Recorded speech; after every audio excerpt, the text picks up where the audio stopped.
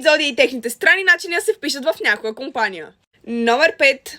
Телец. Те не харесват особено много да се бутат и да се правят на някои, които не са, за да се впишат някъде. Така че те са супер директни, изтърсват всичко, което им падне и всъщност това им печели доста внимание от хората.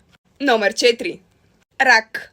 Раците действат малко емоционално и не искат още в началото да бъдат отблъснати от някъде. Затова много често слагат една стена пред тях и трябва да започнете да ги опознавате, за да видите реално какво се крие за тази стена. Номер 3. Везни. Везните в началото се съгласяват с повечето неща, които вие казвате, докато се впишат и след това ви сервират целият им характер, който е една пълна фурия. Номер 2. Близнаци. Те харесват да се отличават и ще изтърсят най-нестандартното нещо в групата. Още в самото начало. И номер 1. Козирог. Те са нахакани упорити. Винаги можеш да разбереш кой е козирога в групата. Тези рога да не се крият лесно.